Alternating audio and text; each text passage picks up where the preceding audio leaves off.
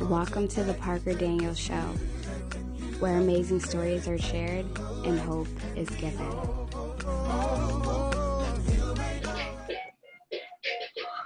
What's up, Nicole? We have a very special guest today, somebody that you really know. I wonder who that could be. I think he's from your You neck don't of know? That's the surprise. He's from your neck of the woods. Goes by the name of Q, a very interesting individual. He's done a lot in his lifetime. I don't think the time will allow us to have him go into his life story, so we're just going to focus on some points. So with that being said, Nicole, why don't you do the honors of bringing on your friend, let everybody know, as well as me, about this young gentleman we have here. All right, ladies and gentlemen, thank you for joining us today or this evening or wherever you are in the world. I'd like to bring on one of my very, very special friends. He helped me when I was losing my sight over 4 years ago. He has been nothing but a big mentor to me, a big brother. Y'all, let's give it up for my boy Q. All right. Applause, hey! Welcome. So Q, tell us a little bit about yourself. First, I want to talk to you about how did you wind up losing your sight? Man, well, it's like this. I lost my, I started dialysis back in 2006, and while on the machine, on my third treatment, I had a stroke of the optic nerves, and 6 weeks later, all my vision was gone, you know, and that's the gist of it right there, you know. So stroke of the optic nerves while I'm doing the dialysis, you know. As a person who once had sight and now that they have lost their sight, what have been some of your challenges as being a blind person? Oh, some of my challenges. Well, with being me, I'm totally blind. So I pretty much had to learn how to do everything all over again. You know, some things, simple things that sighted people take for granted. You know, I had to learn how to, you know, eat again. Learn how to, you know, conduct personal hygiene. How to learn ways to walk. You know, with the cane. So that's just a few things, you know. Okay, so let our viewers know that you were once employed. What did you do? Well, I'm retired military. I did 17 years in the Army. Got medical retired for kidney disease. I served with the 82nd Airborne Division. Hua. Yeah, so airborne, you know. But that's why I spent the majority of my youth in the military. So I did that until I had to start dialysis. Okay. So I hear you got a hobby. So before we get started, Anthony, who is your favorite DJ?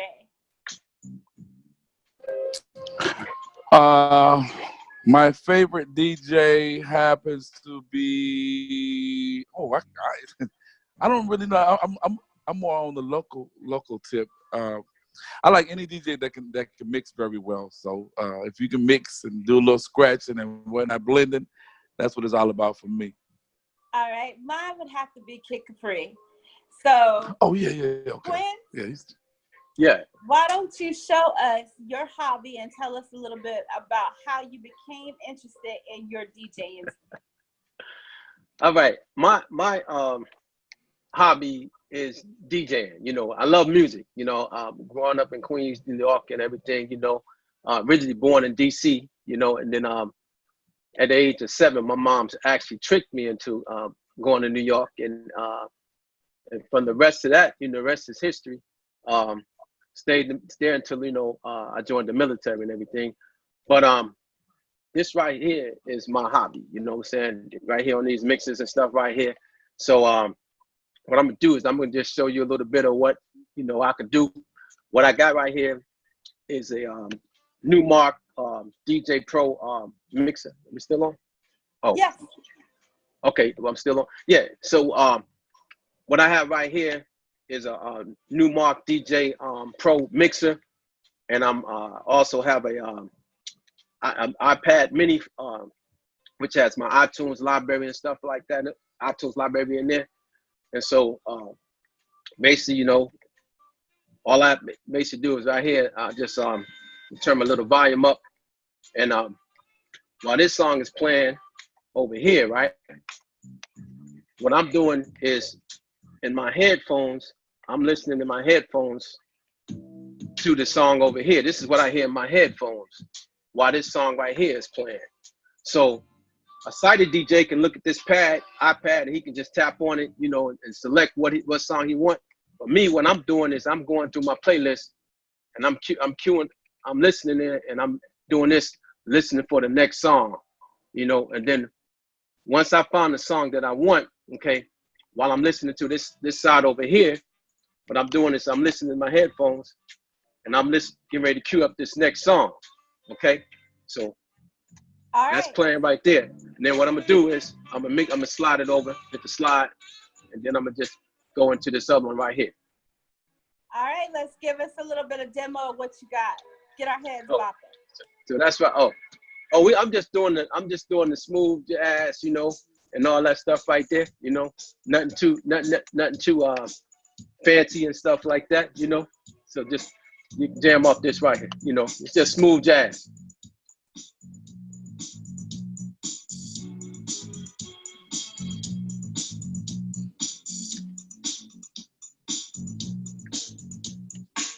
So then I give y'all a little brick house. I think it's play that funky music. Then I'm gonna switch it over. Play that funky music. Okay.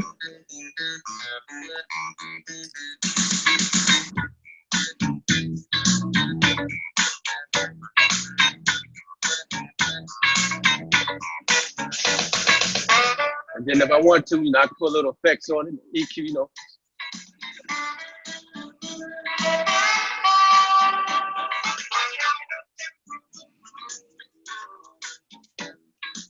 And you know, that's the gist of it right there, you know.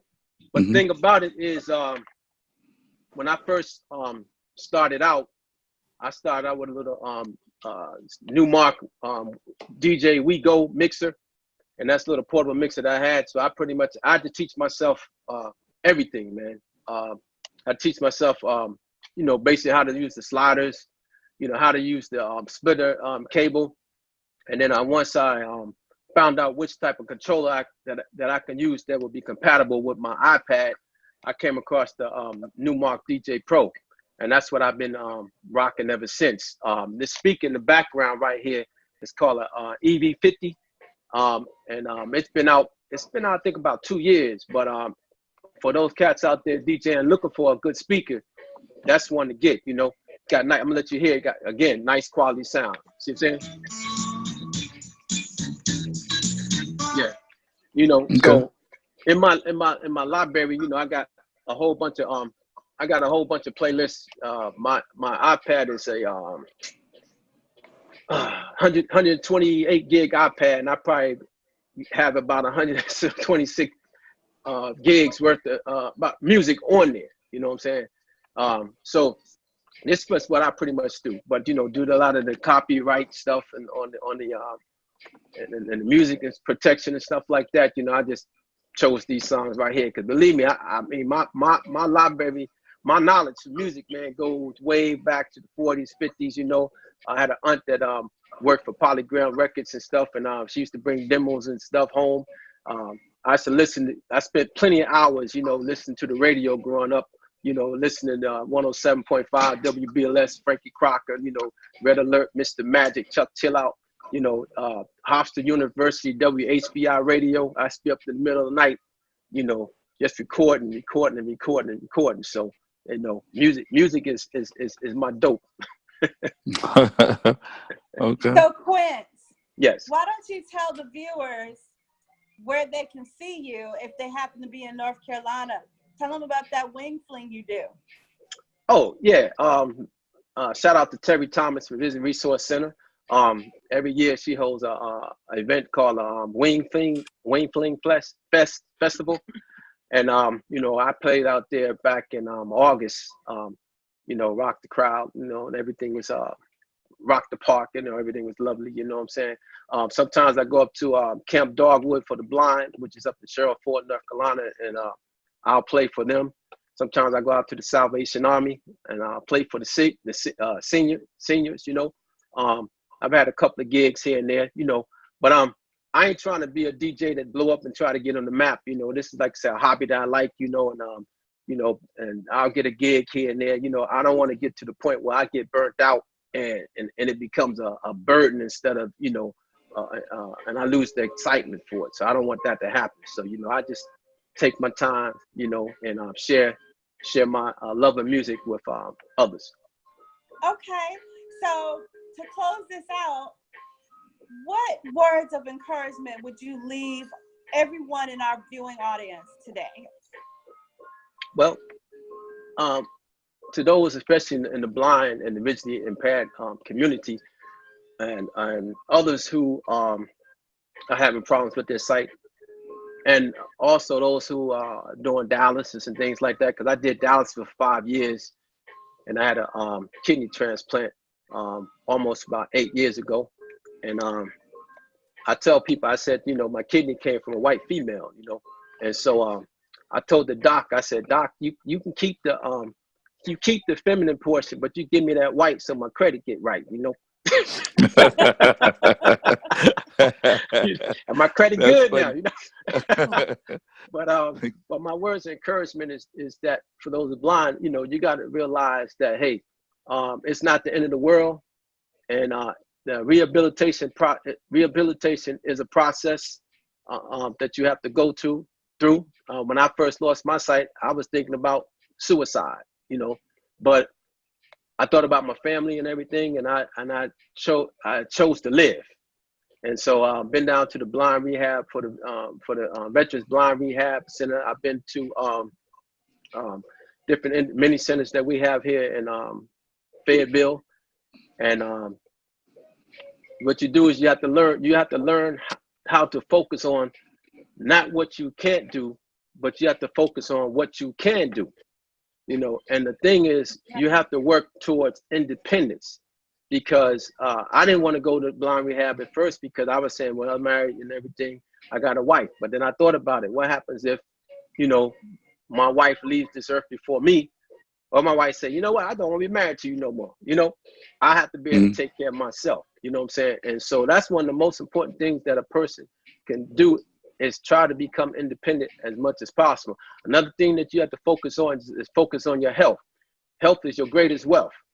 You got to take at least 15 to 30 minutes a day and put some exercise in. You ain't got to train like you going to a competition or running some Army 10 miler, but you just have to get some kind of exercise in there at least 3 times a week, and read up on nutrition, because it's very important. You know what I'm saying? So also you have to develop a support groups, join support groups, and you have to get a network, you know, and of people to reach out, because sometimes, you know, you may run into some depression and stuff like that, but that's when you have to you know, get in touch with some of your friends and stuff, because there's people who have been on this journey longer than I, and, you know, talking to them helped me get to where I am. And I also got to give the good Lord above credit that's due to him, because I wouldn't be where I'm at now without him. You know what I'm saying? All right. So I want to say hoorah to you for everything that you have done for the community.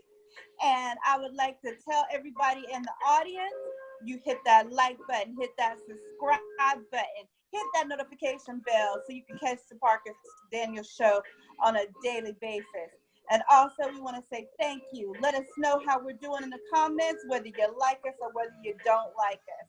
And as always, we are here at the Parker Daniel Show to tell you we make changes and no excuses. All right, y'all. Mwah. Bye. And you know it.